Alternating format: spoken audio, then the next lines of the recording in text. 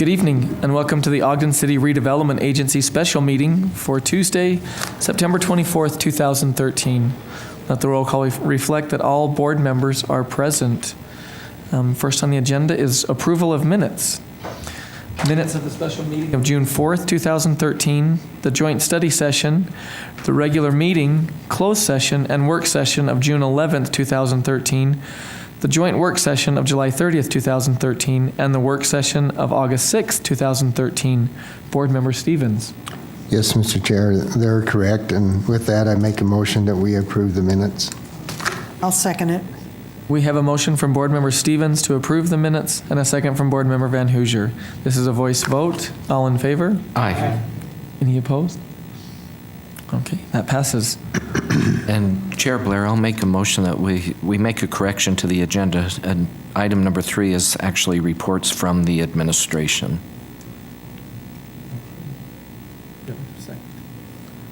I'll second. We have a motion to amend the agenda from reports from the Planning Commission to reports from administration from Vice Chair Garner and a second from Board Member Heyer. This is a voice vote. All in favor? Aye. Any opposed? That passes. And now we'll have reports from administration, and I believe Mr. Cooper's on.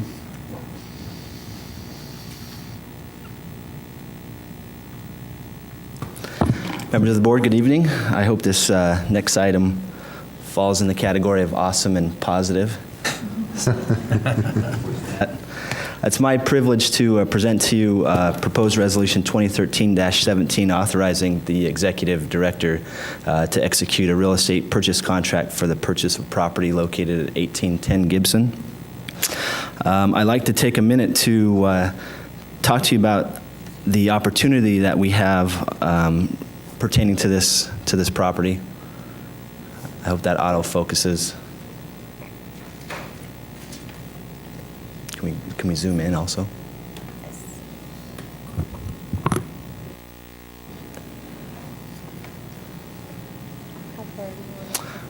Yeah, you can go further if you like. There you go, perfect. So as you know, the city's, over the past few years, invested a substantial amount of money in the restoration and enhancement of the Ogden River from Washington Boulevard to just west of Wall Avenue. This property lies just north of some of those improvements. In fact, some of the most significant improvements that were installed on the river lie just right here where the put-in area is with the kayak park. This is an older map, but this is a vacant parcel, and this parcel here is now the Walmart. So that's the orientation. This is 20th now, and Gibson is this road here, which actually dead ends and then turns into 18th here. So the parcel, the subject parcel that we're looking at is 4.16 acres located, again, just north of the Ogden River next to the trail at the end of Gibson. It's currently vacant now. In the last 50 years of use, it's existed as a salvage yard. It's been in and out of various states of ownership over the last few years, and in that transition, the property owner has done some significant cleanup. If you look at maps just from a few years ago, you'll see cars and salvage parts and things located on the property. Those are no longer on the property. What we do have is a condition of vacancy. There's a concrete building that's still on the property. Part of it has no roof. There is a part that does have a roof. If you looked at the Standard over the weekend, I believe there was a news article that showed some vagrants that were living there and some police activity that continues to go on down there. So it's an interesting parcel. The opportunity for the RDA is, I think, plentiful. Number one being the opportunity that we have to purchase a piece of property that would allow us to control some of what the uses are along the river. This is currently zoned M2, and so it's reasonable to think that the property owner could apply for a use that is compatible with that zone and turn it back into something that we would be undesirable in terms of our strategic master plan. So for the most part, the opportunity that faces us now in the acquisition is to protect the river enhancements and the location of the kayak park and the trail access. The secondary opportunity, I think, is to start thinking in the future in terms of what our housing development looks like in this area. We've been pursuing a major retail development just up the road from this parcel, which is on 17th and Wall, where the old Fife concrete manufacturing plant is. And some of the feedback that we've received from retailers is that there's not a significant critical mass of rooftops in the immediate 1 mile area. And so as we think through how we develop retail along the core, the Wall Avenue core, and up to 12th and Washington, producing significant and quality residential product is key to that strategy. By acquiring this now gives us an opportunity to potentially develop or be a partner in the development of future residential housing. We're looking at housing in this area in a larger scope, so it doesn't necessarily need to be constrained just to this parcel, but the parcel is big enough to do a significant development that would help aid in that retail development in the future. We've been successful in negotiating a purchase contract with the seller. Again, it was in and out of various ownership, and we were lucky to come across it when it was foreclosed upon by the current owner that we're in contract with now. He had it out to someone, some other purchaser. They defaulted. It came back to him, and so we were able to enter in negotiations with him as the seller and property owner. Those negotiations consist of a negotiated promissory note and trust deed, which calls for payments of a certain amount over a period of 5 years. Closing is set for on or before September 30th of this year, on which we would bring to the table a $60,000 payment, and then we would have obligation of subsequent payments of for 5 years of approximately $78,000. I would like to actually take this time to bring your attention to that clarification. I believe in your packet and in the actual purchase contract, it shows yearly payments of $75,234,000. As we were constructing the promissory note and deed with the seller, we realized that there was a miscalculation in the principal and interest payments, and so the purchase price does not change. The principal amount of the note will still remain as $358,253, but the yearly payment with the adjustment for the clarification would be $78,807.06 versus the $75,234, which is in your packet. So there's not additional money, just a clarification in what that yearly payment needs to be. So what's the plan for the yearly payment in future years? So the source that we've identified would be out of the RDA housing funds. We've identified significant balance to allow us to not only go to the closing table and settle this year, but also to pay the yearly payments for the 5 years forthcoming. Does that hamper us if we have an opportunity to have a housing project in the city? Do we still have enough funds in that account to go ahead and do something like that? That's correct. Okay.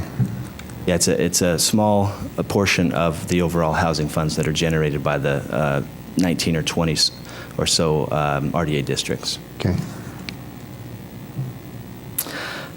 In terms of future development, again, by holding title to the property, that gives us the ability to leverage the value of the property with someone that actually has the capability of building vertical development and putting that product into the marketplace. We could entertain developing it ourselves, similar to what we've done in other locations around the city based on capacity and availability of funds. So the development opportunities are varied and flexible in the future, and we suspect that when we would identify an opportunity that would require some additional funds, possibly CIP, possibly the creation of a CDA, and at that point we would reapproach the board for approval of those terms and conditions. Right now, we don't have immediate development plans for the parcel. Again, the opportunity presented itself, and we thought that one of the most beneficial factors of the acquisition was to protect the nature of the river in that area. So if we purchase this, what are we going to do with that cement building in the immediate future so that it's not a problem? We're thinking about that right now. The article really brought the condition of the property and the nature of what's happening there to our attention. So we're looking internally now to see if we can fund some money to demo the building. I think if we just took down all of the vertical structures there, that it would create a better situation. Folks wouldn't be there. There's also some trees that would likely need to be cleared out to create some more clear lines of sight. So we're looking to try to source some of that money now. We're not quite there yet, but that would be our preference, is to get that type of activity taken care of immediately. Also, there's a fence along the walkway, which is in good condition. The eastern fence and northern fence are in poor condition, so we would, as part of that proposal, we would likely look at fencing the whole property and restrict access. Currently, people come from Gibson here, and this area through here is actually Gibson right-of-way, so they come from here and they walk down and get on the trail here, and there's a significant amount of nefarious activity that happens here. There's a lot of dumping. People are able to bring their cars back in this area and dump easily. So if we restrict access here, then that would create a situation where the whole property is off limits, and there's plenty of other locations to access the trail other than this. We have done our due diligence on the property, so we've done a phase one. Again, the historical use of the property has been a salvage yard, and salvage yards tend to have their own types of environmental contamination. There wasn't anything that our consultant found that was exciting, so we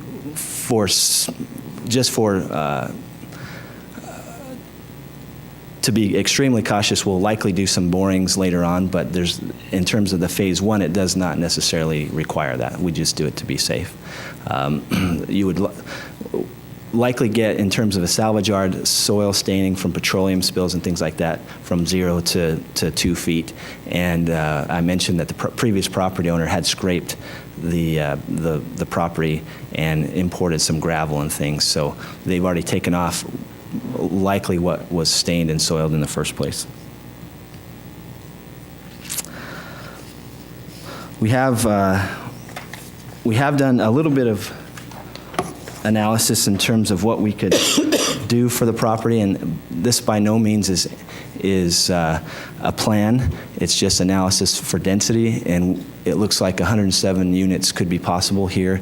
We're looking at just this part of it. This is a different parcel here. So if we get the entire assemblage put together over the next near future, then it could turn out to be something substantial for that area. So again, not a plan, but just some analysis to look at what's possible in the area. So again, what is before you tonight is Resolution 2013-17, and it approves the executive director. It gives the authority for the executive director to approve the REPC, which means that we would close and take title to the property likely this week, and then we would have an obligation for the 5 yearly payments.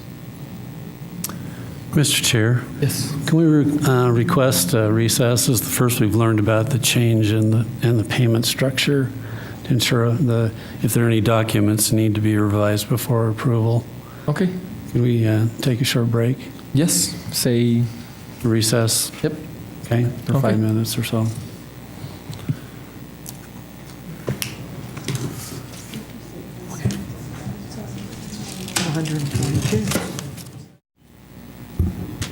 Okay. Welcome back. We'll have a little recap of the break. Maybe Mara can explain some of the differences or some of the changes that need to be made.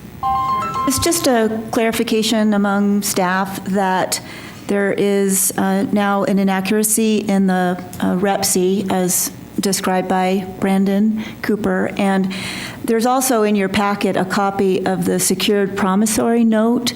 And the note itself has the correct payment amount in it, and it also does acknowledge that the interpretation and construction and enforcement of the note supersedes the erroneous paragraph in the REPC.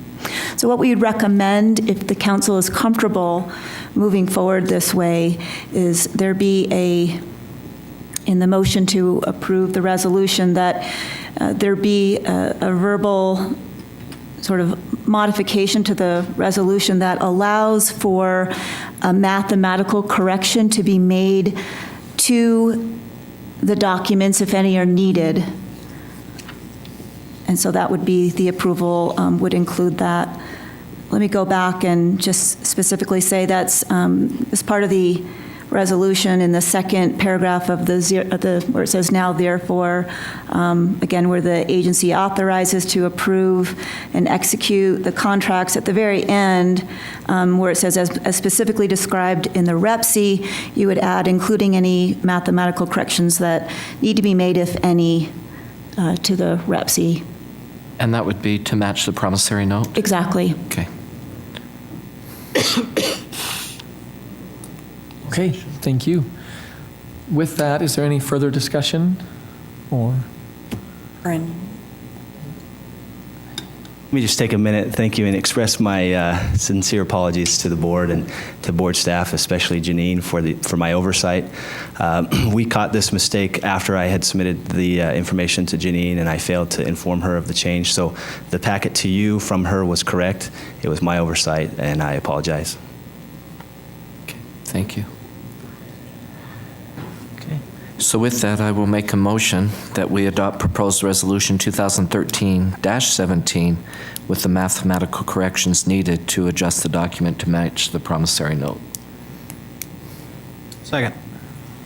We have a motion from Vice Chair Garner to adopt proposed resolution 2013-17 and any other any mathematical corrections needed, and a second from Board Member Heyer. This is a roll call vote. Board Member Stevens. Aye. Board Member Van Hoosier. Board Member Wicks. Aye. Board Member Gochner. Aye. Board Member Heyer. Aye. Vice Chair Garner. Aye. Chair Blair. Aye. That passes. Next is public comments. This is an opportunity to address the board regarding your concerns or ideas for the Ogden Redevelopment Agency. City Council concerns should be addressed during a City Council meeting. Please state your name and address for the record and limit your comments to 3 minutes. Seeing no movement, comments from the RDA Executive Director. This time, thank you. You, and comments from other board members. Seeing none, I'll make a motion to adjourn. I'll second.